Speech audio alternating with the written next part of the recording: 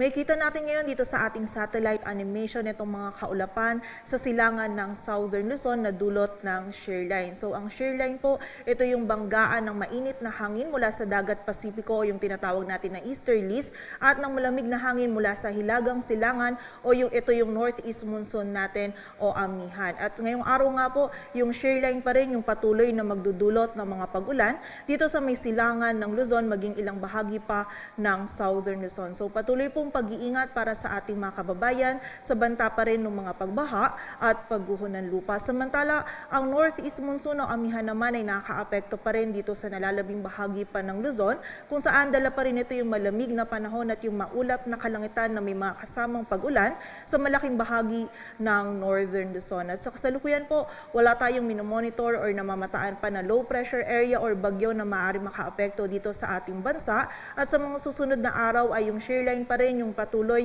na magdudulot ng mga pag-ulan, lalong-lalo na dito sa may silangang bahagi ng Northern at Central Luzon. So muli po, patuloy na pag-iingat para sa ating mga kababayan dyan sa posibilidad ng mga pagbaha at pagguho ng lupa. At dulot nga po ng shear line ngayong araw, meron pa ring mararanasan na heavy to intense na mga pag-ulan dito sa bahagi ng Quezon. Samantala, moderate to heavy naman yung mga pag-ulan na mararanasan natin dito sa Isabela, Aurora, Laguna, sa bahagi ng Oriental Mindoro, Palawan, Marinduque, sa bahagi ng Romblon, Camarines Norte, Camarines Sur, at sa area din ng Catanduanes. And throughout this day po, itong mga ilang areas sa Southern Luzon is mababawasan na po yung mga pag-ulan na mararanasan nila. Ngunit ito namang silangang bahagi ng Luzon is meron pa rin po tayong mga malalakas na pag-ulan na mararanasan. So patuloy pa rin pong pag-iingat para sa ating mga kababayan dyan.